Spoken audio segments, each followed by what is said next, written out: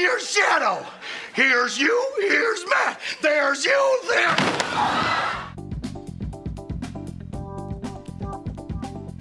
Number 10, Jeffries with Sean Hayes. This early 2000s sketch sees Sean Hayes and Jimmy Fallon as two workers at a fashion store called Jeffries. Look, we don't carry diesel. We work at Jeffries. We read Italian Vogue. It's our deal.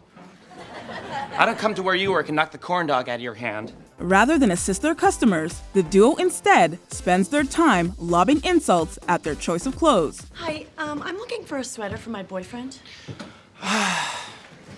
Really? Well, if you wanted to match your outfit, I suggest you try a Hallmark store. While Fallon gets the giggles at Horatio Sands' comebacks, both of them lose it when their supervisor, played by Will Ferrell, rolls up. Okay, you guys.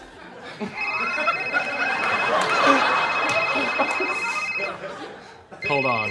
And, to be fair to them, if Ferrell pulled up in that outfit and pulled out a cell phone that small, we'd have a hard time containing our laughter too. Number 9, The Love-ahs with Barbara and Dave. This entry in the recurring sketches featuring Roger and Virginia Clarvin, better known as The Love-ahs, sees the couple in a hot tub, joined by a man named Dave, and later by their friend, Barbara Hernandez. Hey, remember the first time Roger and I made love? Yes. Yes, we had pulled over after a long Sunday drive. Roger led me to a clearing, laid me down upon a bed of fresh meadow grasses. Like most of their scenes, this one has the couple speaking in bizarre accents, making wildly sexual small talk with a stranger. And of course, while Jimmy Fallon will laugh at the drop of a hat, the fact that Will Ferrell was reportedly doing things with his foot under the water probably didn't help Fallon stay in character. David. David. His laughter is infectious, and soon enough, the Love-ahs and Barbara are giggling too. We always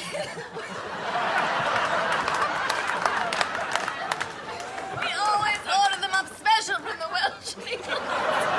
And isn't laughter a true expression of love? Number 8, Matt Foley, Van, Down by the River. When a father and mother discover their children, Brian and Stacy, have been doing drugs, they hire Matt Foley, a motivational speaker, to talk to them. Enter Chris Farley at the top of his game. First off, I am 35 years old. I am divorced, and I live in a van down by the river. Foley motivates the kids by describing how horrible his own life is, with a particular emphasis on how he lives in a van down by the river. Gonna end up eating a steady diet of government cheese and living in a van down by the river. The larger-than-life Farley's over-the-top performance has both David Spade and Christina Applegate struggling not to laugh as he gets in their faces, lifts Spade up, and crashes into the coffee table. Oh, Matt's gonna be your shadow. Here's you, here's Matt. There's you, there. This sketch is the first of many Matt Foley appearances, and it will make you laugh whether you're in it or you live in a van down by the river. Number 7, Close Encounter. Another debut of a recurring sketch. This one sees a trio of alien abductees interviewed by scientists at the Pentagon. It's nuts, man. I mean, we're just small-town buds who saw a UFO in the woods. I mean, now we're hanging out with the government. While the first two, played by Cecily Strong, and host Ryan Gosling, describe a wonderful experience, the third, played by Kate McKinnon, had a different kind of abduction. And you, Miss Rafferty? Wow. What floor were you guys on? Her description of urinating in front of a bunch of gray aliens and the weird things they do to her has to be heard to be believed. Gosling especially is smiling throughout, though even the scientists, played by Adie Bryant and Bobby Moynihan, are less than government professionals. Look, it wasn't my worst Wednesday night.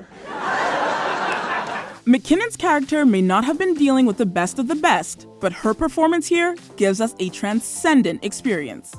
Number 6, Lisa from Temecula. At a birthday dinner for Shayna, the spotlight is quickly stolen by her sister, Lisa from Temecula. Lisa, we've heard so much about you. It's so nice to finally meet you. That's cute. But don't think I'm giving up the butt tonight. Along with her insistence that Paul, Pedro Pascal's character, is hoping for some butt, her order of an extra well-done steak proves distracting for everyone. As actress Ego Wodum saws on a piece of meat, the table cartoonishly jumps around, spilling food and drink alike. But a few nights back,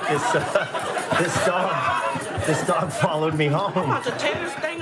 Pascal breaks first, as his character has a story to tell, but the rest of the table isn't far behind, including Wodum. Actually, everything is not okay. Much like Lisa's steak, the comedy here is extra well done, so they couldn't help but laugh. Number 5. Super Showcase Spokesmodels. On this fake game show, a contestant, played by Vanessa Bayer, loses out on showcase prizes when she gets a question wrong. The answer is 9. 9. Not beef. I almost said 9. I said beef, which is wrong. Bill Hader's host has the showcase models Shonda and Vonda, played by Maya Rudolph and Kristen Wiig, show her what she didn't win. Bad news, Deborah. You didn't win his and hers matching luggage by luggage guy. It's not luggage by luggage. It's just a bunch of luggage from someplace.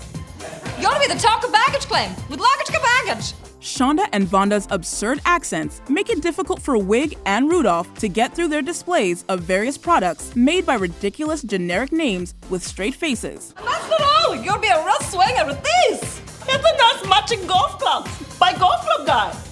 4. Wiig having to drive a golf cart around adds even more hilarity, and Hader gets the giggles.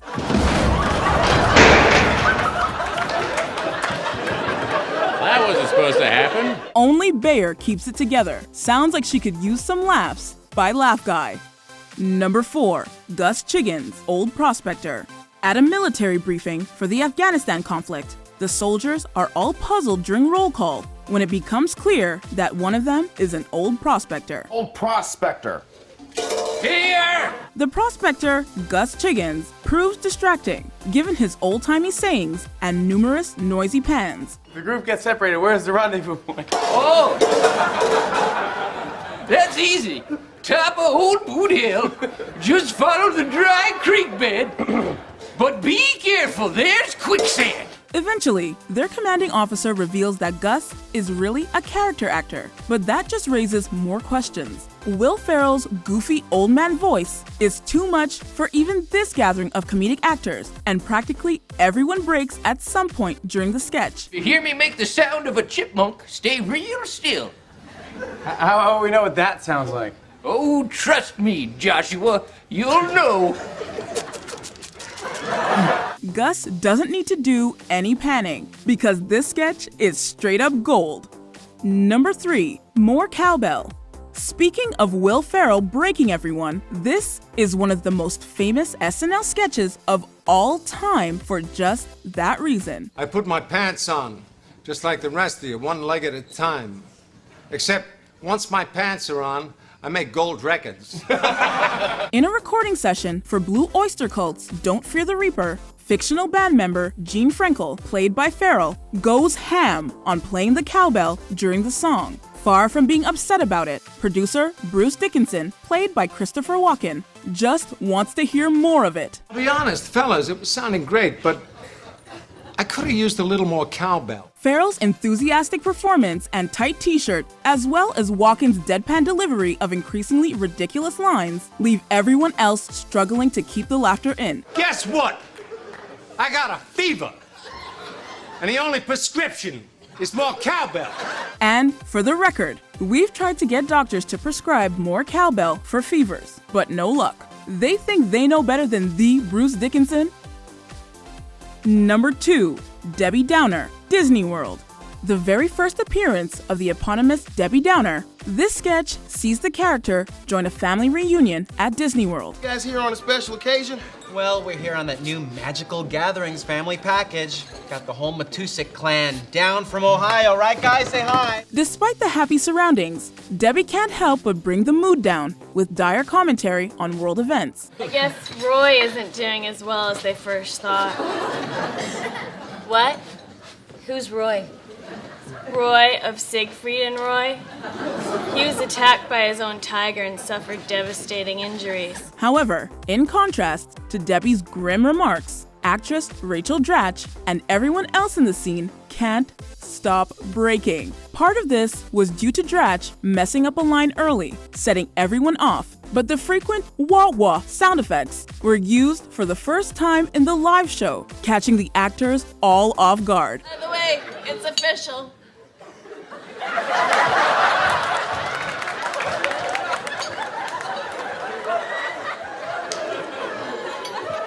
can't have children. Host Lindsay Lohan claims she ran off stage because she couldn't keep it together. We can't blame her. Before we unveil our top pick, here are a few honorable mentions. Extremely stupid. Early SNL had its share of crack-ups too. That's why I want to talk to you tonight on behalf of a God-given American right. The right to extreme stupidity. Girlfriend's game night. When she sits on his lap, it's impossible to keep a straight face. You know what? You should be ashamed of yourselves.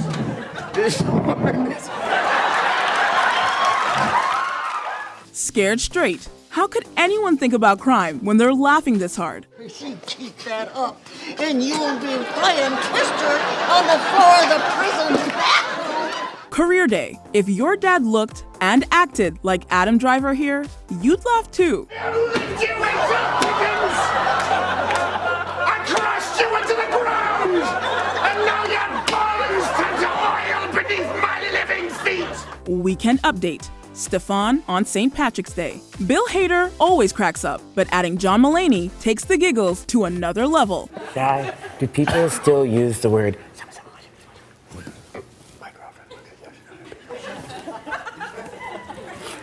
Thank you, Shy. Number 1, The Californians. This recurring soap opera sketch is guaranteed to have multiple actors break character. Devin? What are you doing here? The over-the-top drama of soap operas, paired with dialogue mostly centered on Southern California's roads and freeways, which is delivered with nearly incomprehensible Valley Girl accents, is a recipe for hilarity. I tried to go through to Westwood, but my GPS put me on Beverly Glen, and I didn't want to end up in Encino. The sketch's most recurring actors, Bill Hader, Kristen Wiig, and Fred Armisen, are the most frequent cast to break, though they're far from the only ones. And everyone, just help yourself to some dried apricot. Just seeing them make goofy faces in the mirror is enough to get us rolling, so it's impressive they make it through any of the dialogue.